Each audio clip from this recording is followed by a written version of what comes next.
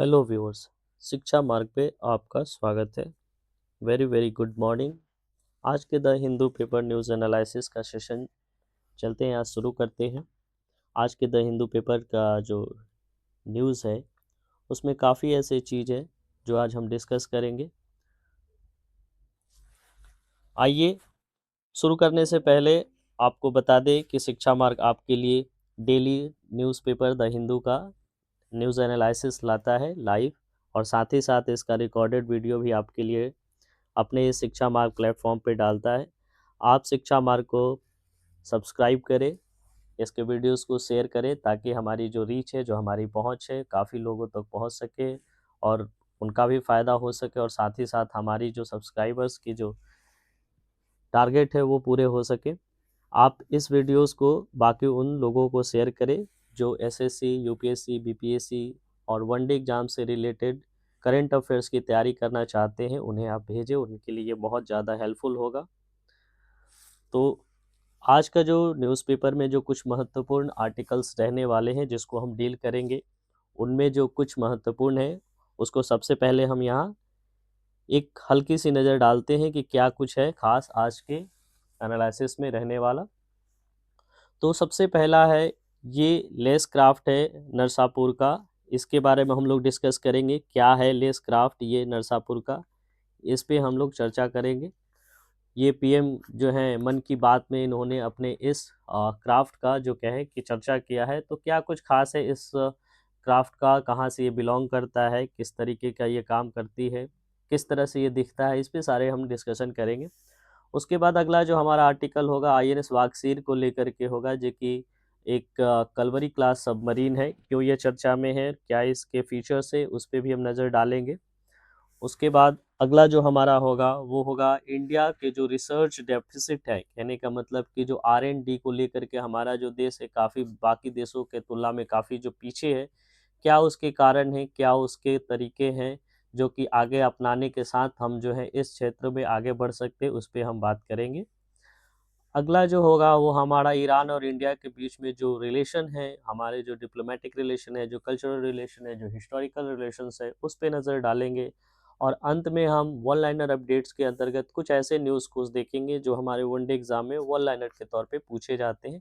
इसमें क्या कुछ आज खास रहने वाला है, ये हम आगे देखेंगे। इससे पहले कि हम आगे बढ़े, आपको बता दूं कि हम जो है इस सेशन में द हिंदू से जो एडिटोरियल पेज होता है उससे टॉप 10 ऐसे वर्ड्स मीनिंग जो हैं वो हम पिक करके लाते हैं, जो वनडे एग्ज़ाम के लिए, जो वनडे एग्ज़ाम में इंग्लिश के जो पेपर्स होते हैं जिसमें एंटोनिम्स और सिनोनिम्स के साथ साथ और भी कई सारे जो है पैराग्राफ फॉर्मेशन और बाकी सारे जो वर्ड्स मीनिंग रिलेटेड जो भी कुछ क्वेश्चंस बनते हैं उसमें ये काफ़ी ज़्यादा हेल्पफुल होते हैं। तो आइए सबसे पहले उन वर्ड्स मीनिंग को देखते हैं जो आज की द हिंदू एडिटोरियल्स से हमने आपके लिए पिक किया है।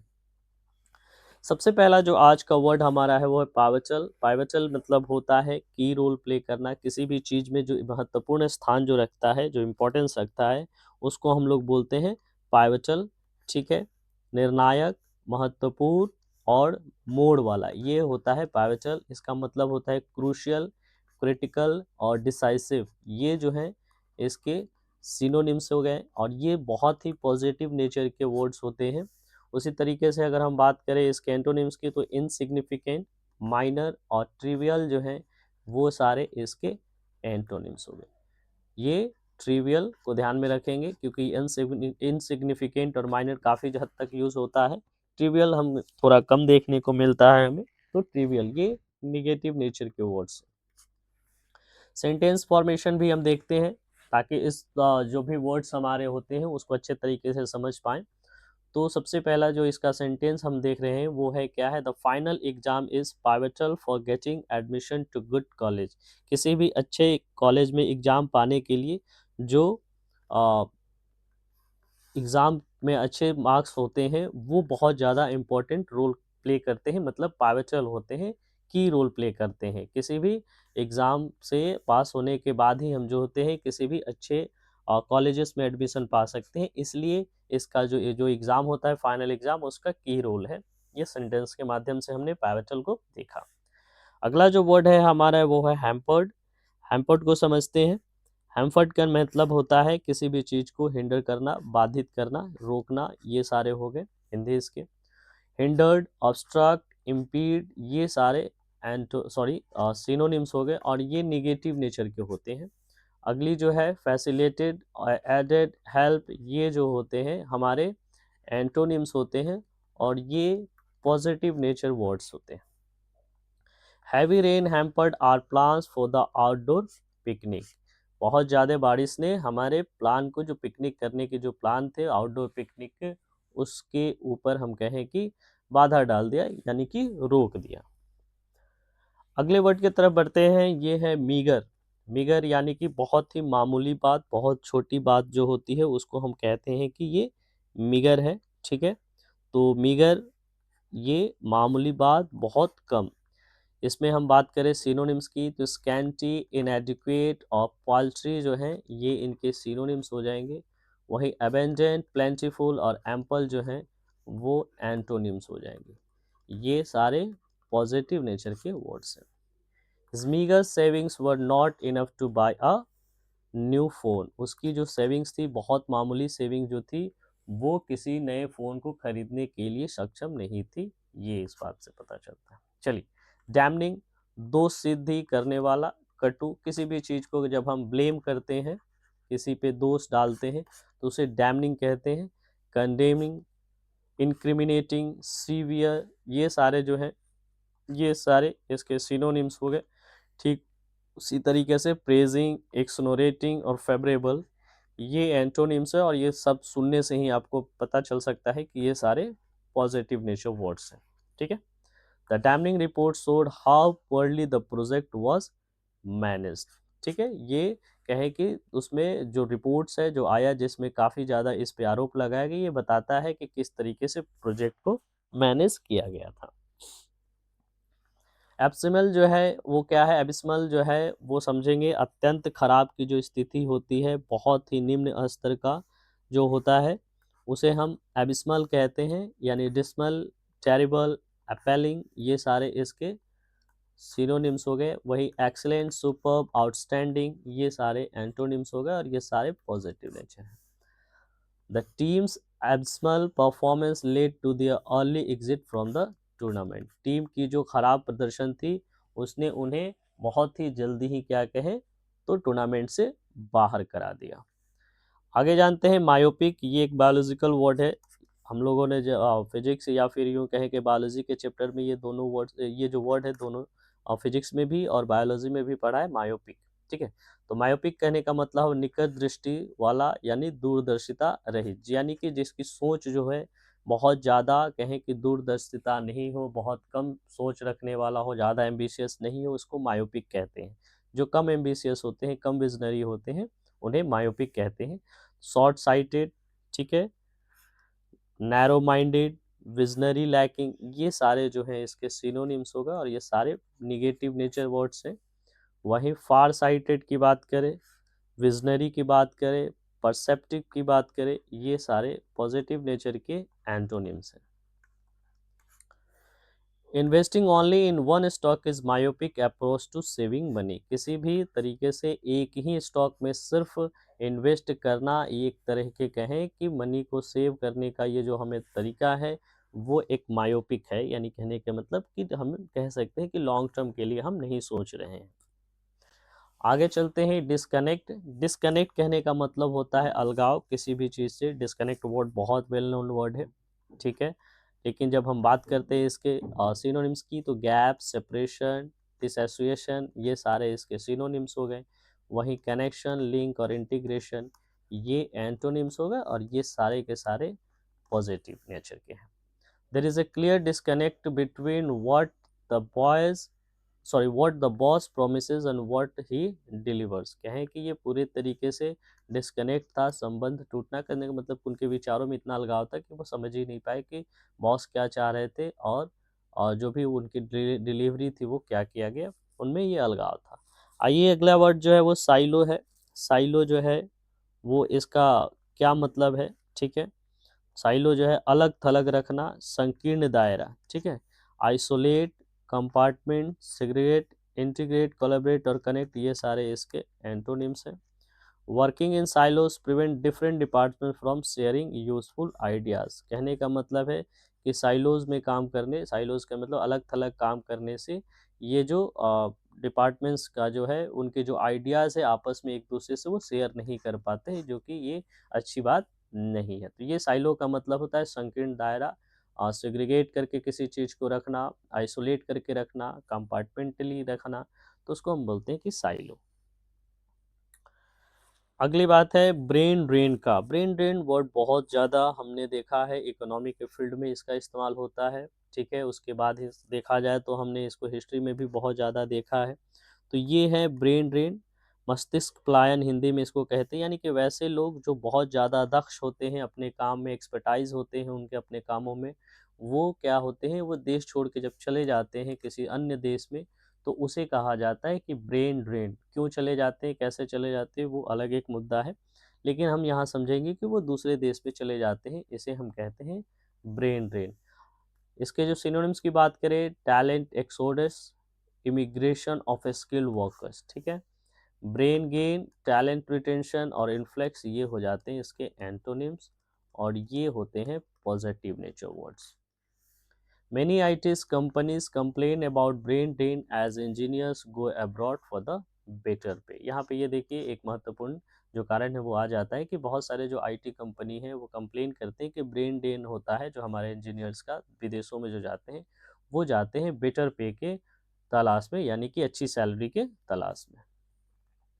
सबसे लास्ट और जो सबसे मोस्ट इम्पॉर्टेंट है वो वर्ड है हमारा इनकलकेट। इनकलकेट का मतलब होता है किसी भी चीज़ को मन में बिठा लेना, आदत डालना, या यूँ कहें कि गांठ बांध लेना। जैसे इंस्टिल, इम्प्लांट, इनग्रेन, ये सारे सिनोनिम्स हैं और ये पॉजिटिव नेचर वर्ड्स हैं। उसी तरीके से इरेडिकेट, रिमूव और डिस्करेज जो हैं वो एंटोनिम्स हो गए, और ये निगेटिव वर्ड्स हैं, ठीक है, निगेटिव नेचर के।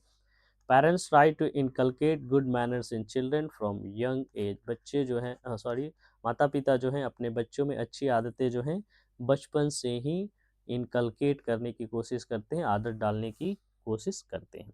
तो ये थे आज के कुछ महत्वपूर्ण वैसे वर्ड्स जो हमने द हिंदू के न्यूज़पेपर के आज जो एडिटोरियल है उससे पिक किया था, और ये वन डे एग्ज़ाम जिनमें अंग्रेज़ी के यानी कि इंग्लिश के जो भी कुछ सवाल होते हैं उसके लिए काफ़ी ज़्यादा ये हेल्पफुल होंगे। तो ये थे महत्वपूर्ण वर्ड्स। आगे बढ़ते हैं आज के न्यूज़ आर्टिकल्स के तरफ हम।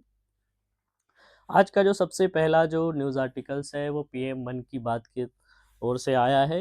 हमारे प्रधानमंत्री जो हैं पीएम मन की बात करते हैं, और उस एपिसोड में उन्होंने कहा है कि जो भारत है वो उसमें बहुत सारी जो कहें कि होप है, बहुत सारी आकांक्षाएं हैं, और 2025 में भारत ने बहुत कुछ जो है अचीव किया, और इसे 2026 और बाकी आने वाले समयों में बहुत कुछ अचीव करना। उन्हीं सब बातों में से दो चीज़ें ऐसी हैं जो महत्वपूर्ण हमारे लिए इस एग्ज़ाम पर्सपेक्टिव से रखते हैं। पहली बात है कि उन्होंने एक कंसर्न बताया, एक चिंता जाहिर की कि जो एंटीबायोटिक हैं हमारे देश में जो यूज़ किए जाते हैं, वो एंटीबायोटिक जो है बहुत सारे ऐसे जो रोग हैं, बहुत सारे ऐसे जो रोगी हैं उन पे एंटीबायोटिक जो है वो काम करना धीरे धीरे बंद कर रहा है। इसे हम कहते हैं एंटी ड्रग रेजिस्टेंट, ठीक है। तो एंटी ड्रग रेजिस्टेंस होने की वजह से लोग जो हैं काफ़ी ज़्यादा परेशान हो जाते हैं। यूँ कहें कि जिस बीमारी की दवा खाए और वो बीमारी की दवा उस पे काम ही ना करे, तो सोचिए कितनी बड़ी मुश्किल की बात है। तो वो इस बात की तरफ इशारा करते हुए कहते हैं कि जो भी एंटीबायोटिक जो हमें दिए जाते हैं, एंटी ड्रग रेजिस्टेंस से बचने के लिए हमें करना ये होता है कि जो भी कुछ दवाएँ हम अगर ले रहे हैं तो हम डॉक्टर की ही सलाह से लें, ना कि हम अपने किसी भी तरीके से मर्ज़ी से जा कर के ये दवाएँ लें। तो हमें इससे बचने की सलाह दी जाती है ताकि एंटी ड्रग रेजिस्टेंस को हम कम कर सकें। दूसरी सबसे महत्वपूर्ण बात उन्होंने कही जो हमारे एग्ज़ाम पर्सपेक्टिव से है, इम्पोर्टेंस रखता है, वो है लेस क्राफ्ट नसरापुर। ये नसरापुर का सॉरी नरसापुर, ये जो है एक जगह है, वहाँ एक लेस क्राफ्ट बनता है। कहने का मतलब उसकी चर्चा उन्होंने कहा, ये इस तरह का देखिए धागों से बनाया जाता है नीट करके, ये लेस क्राफ्ट जो है उसके बारे में उन्होंने चर्चा किया। लेस क्राफ्ट जो है वो धागों से बनाया जाता है, और इसके जो साइजेस होते हैं बहुत ही अलग अलग होते हैं, बहुत अलग अलग आकृतियाँ होती हैं। ये आप देख सकते हैं कर्टेन के लिए बनाया जाता है, फिर उसके बाद बहुत सारे चीज़ें जैसे किसी का टेबल क्लॉथ बनाना है या किसी भी तरीके किसी सामान को ढकने के लिए बनाया जाता है, रैप करने के लिए बनाया जाता है। तो इन सबों में ये जो लेस क्राफ्ट है उसका काफ़ी जो है हम लोग अपने आसपास भी देखते हैं। लेकिन ये जो लेस क्राफ्ट की चर्चा करते हैं यहाँ पे वो बेसिकली अगर देखे जाए मुख्य रूप से देखा जाए तो ये नरसापुर के बात करते हैं। नरसापुर कहाँ है? नरसापुर एक ये जो है कहें कि गोदावरी नदी के किनारे एक शहर है, ठीक है? ये जो है आंध्र प्रदेश में अवस्थित है, ठीक है? ये माना जाता है कि इसमें जितने भी क्राफ्ट हैं वो लगभग 150 सालों से ये कहें तो ये पूरे हमारे भारत में जो कहें कि इसका और बहुत ज़्यादा इस्तेमाल हो रहा है। और ये लगभग अगर हम बात करें तो 1899 की जो फेमाइन आया था उससे लेकर के भारत की इंडिया सॉरी माफ़ कीजिएगा जो वर्ल्ड डिप्रेशन हुआ था यानी कि आर्थिक मंदी आया था उन सबों तक में भी ये सरवाइव किया था मतलब ये ख़त्म नहीं हुआ और ये लगभग लगभग 2000 वुमेन जो हैं उस टाइम इस वाले रीज़न में इसमें इन्वॉल्व थे जब ये 19वीं शताब्दी की बात की जा रही है तब की बात की जा रही है मतलब ये बहुत ज़्यादा कहें कि ये हिस्टोरिकल लेगेसी है नरसापुर का ये लेस क्राफ्ट के बारे में, ठीक है? ये लेस क्राफ्ट जो है वो कहाँ-कहाँ तो हमारे अलग-अलग देशों में भी ये क्या है कि ये एक्सपोर्ट किए जाते हैं यूके, यूएस, फ्रांस इन सभी मार्केटों में ये जो लेस क्राफ्ट है वो पहुँचाए जाते हैं। चलिए आगे बढ़ते हैं। अगला जो न्यूज़ है वो हमारे प्रेसिडेंट के तरफ से आता है। President of India Droupadi Murmu ने अभी हाल ही में कल जो है उन्होंने एक सबमरीन है, ठीक है? उस सबमरीन वाक्सीर में उन्होंने ये किया सफ़र किया, उन्होंने उसका मज़ा या कहें कि लुत्फ़ जो भी है वो उठाया, उन्होंने उसको देखा, उनको समझा। तो उससे है आईएनएस वाक्सीर के तरफ से, ठीक है? आईएनएस वाक्सीर के तरफ अगर हम बात करें तो ये जो है वाक्सीर S43 के नाम से जाना जाता है जिसको हम बात करें कि इसकी जो प्रोजेक्ट को शुरू किया गया था वो 2005 में किया गया था और इसको जो बनाने वाली जो है वो Mazagon dock ship builders limited जो मुंबई है उसने तैयार किया। इसे लॉन्च 2022 में किया गया था और एक्वायर्ड जो है 2024 में और नेवी में जो कहें उसको कमीशन किया गया 15 जनवरी 2025 को इसलिए खासा ये इम्पोर्टेंस है, ठीक है? इसका जो मोटो है वाक्सीर का वो है वीरता वर्चस्व विजित यानी कि करेज डोमिनेंस एंड विक्ट्री और इसका जो क्लास है वो है कलवरी क्लास, ठीक है? कलवरी जो सीरीज है उसी से जुड़ा हुआ ये सबमरीन है वाक्सीर। तो इसमें हमारे प्रेसिडेंट ने है जो जा कर के देखा, ठीक है? आइए बढ़ते हैं आज के जो हमारा फर्स्ट एडिटोरियल है उसके तरफ और आज का जो एडिटोरियल लिखा गया है बहुत ही वेल नोन जो हैं उनके द्वारा लिखा गया है। ये हैं शशि थरूर जी, ठीक है? शशि थरूर के द्वारा ये आज का एडिटोरियल लिखा गया है जो कि मेंबर ऑफ पार्लियामेंट है कांग्रेस के तरफ से तिरुवनंतपुरम सीट से जो लोकसभा है उसके तरफ से और ये काफ़ी अच्छे कहें कि अवार्ड विनिंग ऑथर हैं और साथ ही ये हमारे भारत के farmer human resources development minister भी रह चुके हैं। तो इनका मानना है कि जो हमारा जो भारत है जिसका ग्रांड विज़न है 2047 तक कहने का मतलब विकसित भारत बनने का, उसमें जो R&D का जो रोल हो सकता है वो कहीं न कहीं हम देख रहे हैं कि काफ़ी ज़्यादा और इम्प्रूवमेंट की ज़रूरत है। ये कहते हैं कि हमारा जो इंडिया का रिसर्च डेफिसिट जो है यानी कि R&D में जो हमारी जो पीछे होने की जो कारण है उसको समझना होगा साथ ही साथ क्या ऐसे कुछ स्टेप्स लेने होंगे, क्या ऐसे उस कमियों को दूर करना होगा जो आगे चल कर के हम इस कहें तो अ, जो गैप है उसको फिल कर सकें। यानी कि वो साफ कहते हैं कि current deficit in R&D investment can not sustain India ambition to became global innovation leader. यानी कि भारत अगर चाहता है कि इनोवेशन लीडर बने तो वो इस R&D के गैप को भरे बगैर इस काम में सफल नहीं हो सकता है। चलिए क्या कुछ उन्होंने मुख्य पॉइंट्स उठाए हैं उस पे चर्चा करते हैं। सबसे पहली बात वो कहते हैं कि हमारा जो R&D है उसमें काफ़ी ज़्यादा डेफ़िसिट देखने को मिलता है। डेफ़िसिट कहने का मतलब है कि बाकी देशों की तुलना में अगर देखें तो हमारा जो R&D का जो स्कोर है वो बहुत कम है। बहुत कम किस मामले में है कि हमारा जो पॉपुलेशन है वो लगभग दुनिया के 17.5% यानी अराउंड हम कह सकते हैं कि 18% ऑफ द वर्ल्ड्स का जो ब्रेन है वो इंडिया में है। जबकि भारत जो है वो मात्र 3% जो है रिसर्च आउटपुट प्रोवाइड करता है दुनिया में। अपना उसका जो योगदान है वो मात्र 3% जबकि अगर हम पॉपुलेशन की बात करें तो दुनिया का 17.5%। तो इससे ये जो गैप हो उसको बहुत अच्छे तरीके से समझा जा सकता है कि आखिर ये क्या है जो मैसिव डेमोग्राफिक डिविडेंड होने के बावजूद भी इस मैसिव डेमोग्राफिक डिविडेंड का फ़ायदा जो है हम जो है टर्न अराउंड नहीं कर पा रहे हैं उस फील्ड में जिसमें हमें करनी चाहिए, यानी कि R&D में। वो बताते हैं कि अगर हम पेटेंट के फील्ड में भी बात करें, जो इंटेलेक्चुअल प्रॉपर्टी राइट्स होते हैं जिसमें हम वो पेटेंट कराते हैं, तो जहां दुनिया जो है लगभग अपनी जो पेटेंट है वो कराने में बहुत आगे है, जबकि इंडिया जो है मात्र 1.8% ही ग्लोबल का, अगर विश्व का टोटल पेटेंट देखा जाए तो उसमें मात्र 1.8% ही रोल प्ले करता है अपने आईपीआर को पेटेंट कराने में।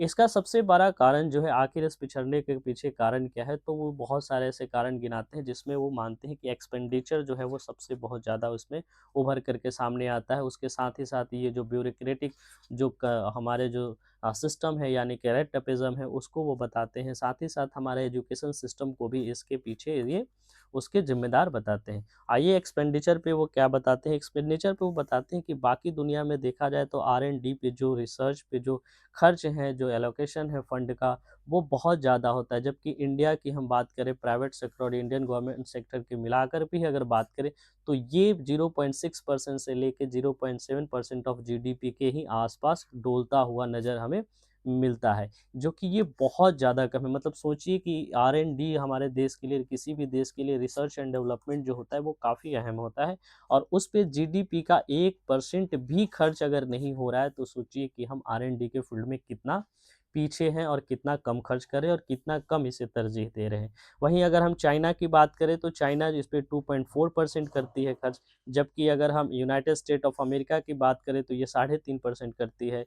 और सबसे बड़ी अगर बात करें इजराइल की, तो वो सबसे टॉप पे है, वो है 5.4%। सोचिए कि 5.4% इजराइल जैसा देश जो है अपने जीडीपी का 5.4% R&D पे खर्च करते। वही अगर इंडिया की बात करें तो मात्र 0.6 और 0.7%, मतलब 1% भी इस पे हम खर्च नहीं कर पा रहे हैं, और ये हमारे R&D के फील्ड में डेफिसिट होने का, यानी कि पीछे होने का सबसे बड़ा कारण निकल करके आता है। वहीं बात करें हम फंड के एलोकेशन की बात करें तो गवर्नमेंट सेक्टर जो है सबसे ज़्यादा हम कहें कि फंड ड्राइवर के रोल में है। कहने का मतलब है कि हमारे प्राइवेट सेक्टर जो इसमें बहुत ज़्यादा पीछे, जहाँ जहाँ बात करें हम दूसरे देशों की, तो वहाँ का जो R&D का जो रेगुलेट करने का है, यानी कि ड्राइव करने का काम जो है प्राइवेट सेक्टर उठाए हुई है। वहीं इंडिया में अगर बात करें तो मुख्य फंड रेजर जो है, मुख्य फंड प्रोवाइडर जो है वो हमारा गवर्नमेंट ही है। गवर्नमेंट यानी कि सेंट्रल और यूनियन, इनके ही जो फंड है वो हमारे R&D में ज़्यादातर हैं। यानी कि अगर हम 63.6% R&D फंड देखें तो वो गवर्नमेंट एडेड देखने को मिलता है। वहीं बाकी देशों में अगर देखें तो ये जो परसेंटेज है वो कहीं ना कहीं प्राइवेट सेक्टर की तरफ ज़्यादा होता है। ठीक है, इसी में इन्होंने एक एग्जांपल दिया जो हवाई कंपनी है चाइना की, उसके तरफ से, कि उसकी जो R&D है अकेले वो कई देशों, जो कि बात करें जो देश होते हैं उनके R&D के एलोकेशन जो फंड होते हैं उससे ज़्यादा है। ठीक है, एक कंपनी जो है किसी देश के बराबर R&D में इन्वेस्टमेंट कर रही है, जबकि सोचिए कि एक देश जो है पूरे तरीके से एक कंपनी के बराबर भी R&D में इन्वेस्ट नहीं कर पा रही है। तो इस तरीके से हम देख रहे हैं कि हमारे R&D में प्राइवेट सेक्टर को भी आगे आने की ज़रूरत है। बाकी अन्य जैसे डेवलप्ड देशों में, डेवलप्ड कंट्रीज़ में जिस तरीके से प्राइवेट सेक्टर कंपनीज जो हैं आकर के अपना R&D में इन्वेस्टमेंट करते हैं, वो यहाँ भारत में भी उसकी ज़रूरत है। अगला जो वो सबसे बड़ा कारण बताते हैं वो हमारे इंडिया के एजुकेशनल सिस्टम को बताते हैं कि आखिर क्या कारण है कि एजुकेशनल सिस्टम जो है हमारा भारत का, वो R&D को सही तरीके से कहें मदद नहीं कर पा रही है, या फिर कहें कि उसको जो हमारे रिसर्चर्स हैं वो अच्छे रिसर्चर्स पैदा नहीं कर पा रहे हैं, वो, ताकि जो आके R&D के फील्ड में काम कर सके।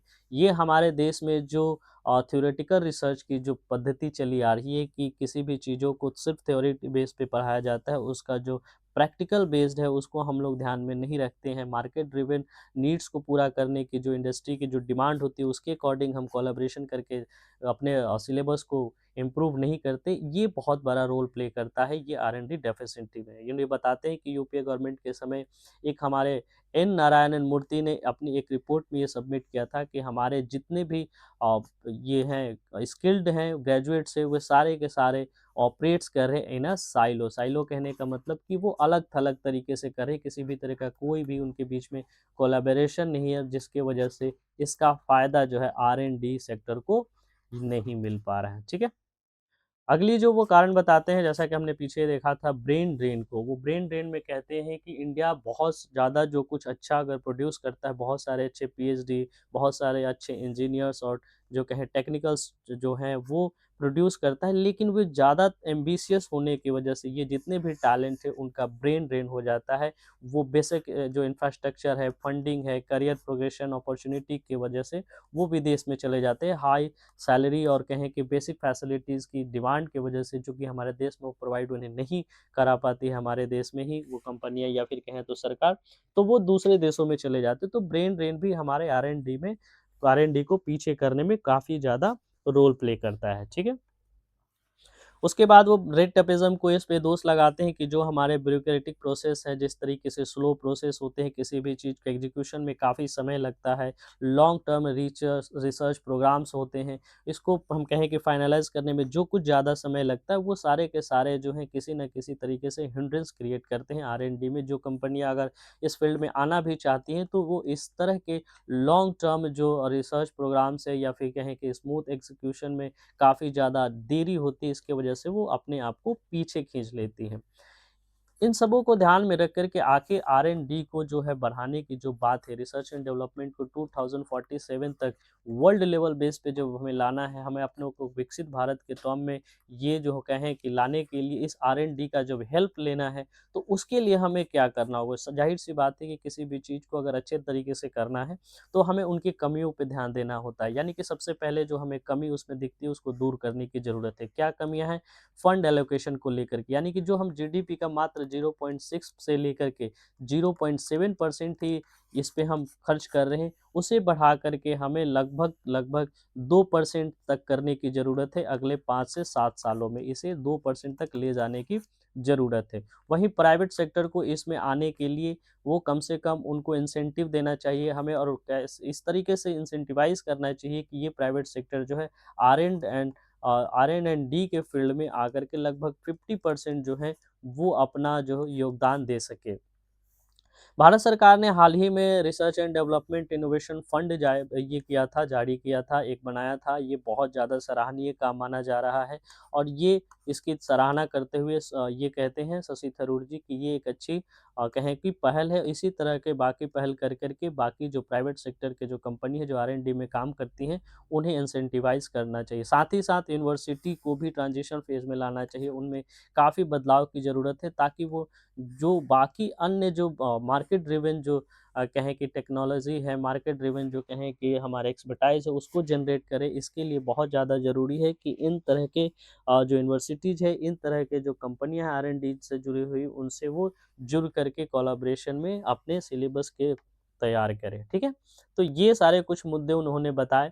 इस तरीके से वो बताते हैं कि हमारा इंटेलेक्चुअल जो प्रॉपर्टी जो है, इंटेलेक्चुअल प्रॉपर्टी कल्चर को बढ़ावा देने की आवश्यकता है। क्या बढ़ावा देने के क्षेत्र में किया जा सकता है? मतलब कहने का साफ मतलब है कि जो कुछ यहाँ पे हम करते हैं, वो रजिस्ट्रेशन करने के लिए उसके जो प्रोसेस है उनको सिंप्लीफाई करना चाहिए, उनको फास्ट कहें कि सर्विस मिलनी चाहिए, जिससे वो अपने IPR को जो है पेटेंट कराने के लिए कहें तो उत्साहित हो सके। तो ये कुछ ऐसे तथ्य थे जिसके द्वारा वो कहते हैं कि R&D को आगे बढ़ाया जा सकता है, और विकसित भारत का जो लक्ष्य है 2047 को, उसको अचीव करने में R&D का रोल प्ले कर सकता है। ठीक है? तो ये थे महत्वपूर्ण आज के एडिटोरियल की तरफ से। अब अगला जो हमारा एडिटोरियल है वो भी कुछ खास है, वो है linked civilisation and modern strategic partnership. ये लिखा गया है मोहम्मद फ़तह अली के द्वारा, और ये जो है एम्बेसडर है इस्लामिक रिपब्लिक ऑफ ईरान के इंडिया में। ठीक है? ये कहते हैं कि हमारा जो रिलेशन है, यानी कि इंडिया और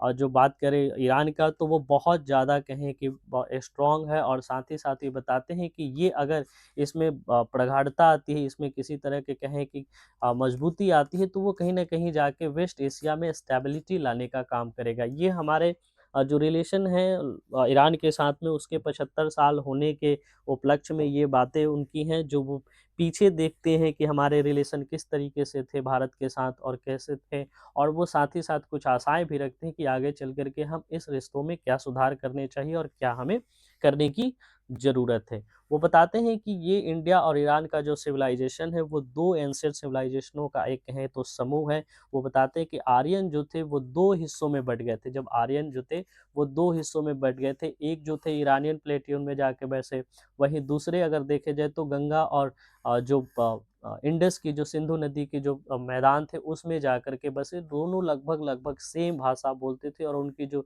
मिथ थे, उनके जो कॉमन जो व्यू थे वो लगभग-लगभग समान जैसे थे। उनकी जो पूजा और जो उनके खान-पान की जो विविधताएँ कहें या फिर समानताएँ कहें, वो लगभग-लगभग एक जैसी थी। वो कहते हैं कि भारत और ईरान की जो कल्चर है वो उसमें काफ़ी ज़्यादा ये सिमिलैरिटी देखने को मिलता है, काफ़ी ज़्यादा साम्यता देखने को मिलता है। वो उदाहरण देते हैं, जो अवेस्ता है वहाँ की जो बहुत जो कहें कि एपिक जो है, उसी तरह से हमारा ऋग्वेद है, उनमें वो कहते हैं कि बहुत सारे ऐसे तथ्य हैं जो बताते हैं कि उनमें काफ़ी ज़्यादा समानता है। पर्शियन कल्चर जो है हमारे भारत ने काफ़ी ज़्यादा कहें कि उसको एक्सेप्ट किया। याद करते हैं हम, हमारे जो इतिहास है, हमारे जो बहुत सारे जो पोएट्री हैं, बहुत सारे गद्य एंड पद्य जो हैं पर्शियन लैंग्वेज में बहुत ज़्यादा लिखे गए हैं, इतिहास लिखे गए हैं।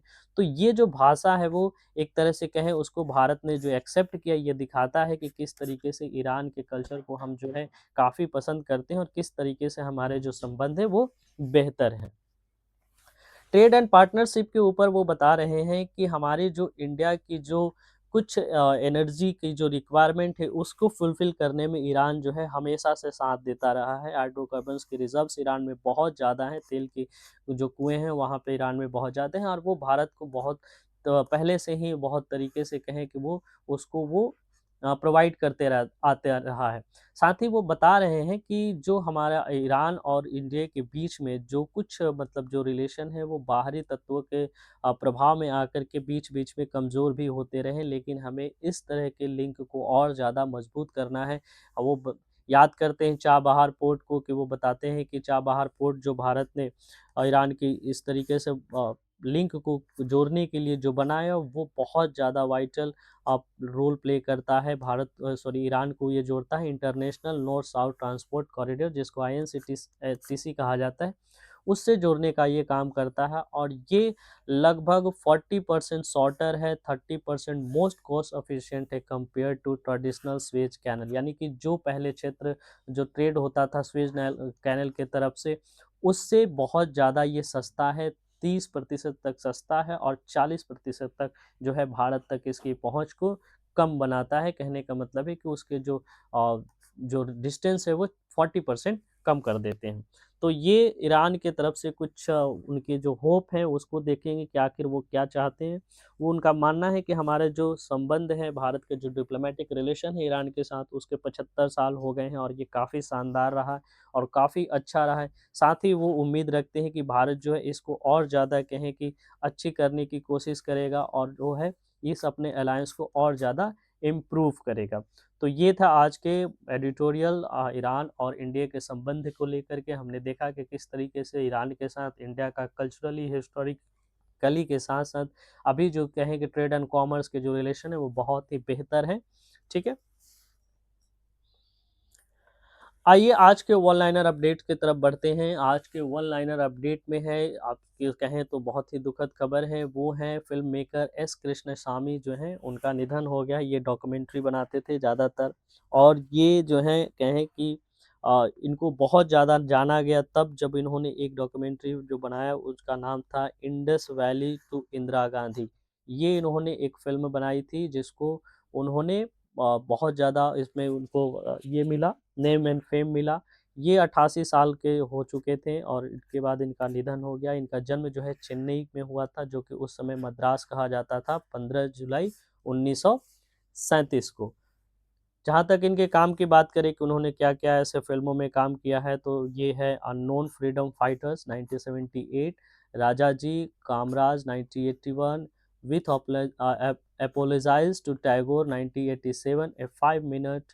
ठीक है? ये एक बहुत ही ज़्यादा कहें कि एक नेशन को कार्टून बेस कहें तो पोर्ट्रे किया गया था, इसके ऊपर था। साथ ही साथ जया जया शंकरा, फिल्म ऑफ कांची मठ, ये सारे जो थे उनके कुछ प्रमुख फिल्म थे। देख सकते हैं कि ज़्यादातर ये किसी न किसी पर्सनालिटी बेस्ड थे और ये सब के सब डॉक्यूमेंट्री बेस्ड थे।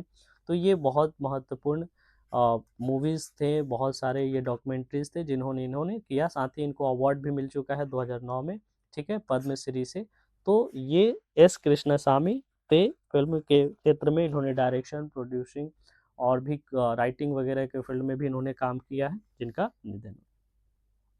अगला जो है बीबीबी, जो कहते हैं बीबी के नाम से जानते हैं, जिनको फ्रेंच सिनेमा आइकन के नाम से जाना जाता है, ब्रिजेट बाजट, उनका भी निधन हो गया है। और ये अब कहें तो बहुत सारे ऐसे फिल्म हैं जिन्होंने उसमें काम किया। साथ ही साथ अपने करियर को भी इन्होंने तब त्याग दिया जब वो एनिमल प्रोटेक्शन के फील्ड में काम करने लगी, तो इनका ये निधन हो गया है, ठीक है। ये है इलेक्शंस को लेकर के म्यांमार में अभी इलेक्शन शुरू हो गए हैं। हमने पीछे भी चर्चा किया था कि आगे आने वाले इलेक्शंस के बाद से जो रिजल्ट्स आएंगे और उसके बाद जो म्यांमार में नई सरकार बनेगी, उससे भारत के संबंध किस तरीके के कैसे होंगे, ये देखने की बात है। तो म्यांमार में इलेक्शन शुरू हो गया है, फर्स्ट फेज़ का शुरू हो गया। 2 फेज़ के बाद ये लगभग जनवरी में ख़त्म होगा और फिर उसके बाद वहाँ पे इलेक्शंस के रिजल्ट्स आएंगे, देखेंगे उनकी क्या कैसे कहें कि कौन सरकार में आता है। तो ये वहाँ की जो प्रमुख पार्टी है, ठीक है, वो है development party, solidarity and development party. वो बहुत ज़्यादा इसमें सामने निकल कर के आया है। देखते हैं किसकी सरकार बनती है और कौन वहाँ प्रेसिडेंट चुने जाते हैं। ये एक न्यूज़ है हमारे एसआईआर से जुड़ा हुआ। एसआईआर यानी कि स्पेशल जो इंटेंसिव ये चल रहा है, एसआईआर जो कर रहे हैं, वो जो चल रहा है इलेक्शन कमीशन के द्वारा, उसमें ये साफ साफ कहा जा रहा है कि देखने में आ रहा है कि जो वेस्ट बंगाल में जो एसआईआर प्रोसेस चल रहा है, उसमें एक कम्युनिटी है मटुआ, ठीक है, जिसका नाम मटुआ से लिया जा रहा है। उनकी जो संख्या है बहुत ज़्यादा इस एसआईआर के वो जो स्पेशल इंटेंसिव रिवीजन है उसमें कम देखने को मिला, मतलब उनके जो नाम के डिलीशन है उसमें बहुत ज़्यादा इनका नाम आ रहा है, ठीक है। तो मटुआ इम्पोर्टेंट हो जाता है इस हिसाब से कि आखिर ये क्या है। तो मटुआ जो है एक वल्नरेबल सोशल ग्रुप है। ये बहुत सालों से जो है वो बंगाल में रह रहे हैं। ये कहें तो नाम सुंदरा जो है, इस तरीके से इनका नाम दिया जाता था ये जो एरिया है। और वो माइग्रेट कर गए थे बांग्लादेश से, ठीक है, लगभग कई दशकों पहले। और ये हिंदू रिफ्यूजी जो हैं वो नॉर्थ परगना जो है, नॉर्थ 24 परगना और नादिया डिस्ट्रिक्ट ये वेस्ट बंगाल का, उसमें ये रिजाइड करते हैं, मतलब निवास करते हैं। तो ये महत्वपूर्ण है मटुआ का। मटुआ जो है एक सोशल कहें कि वल्नरेबल ग्रुप है और इनका जो एसआईआर डिलीशन में सबसे ज़्यादा नाम आ रहा है। तो ये इम्पोर्टेंट है।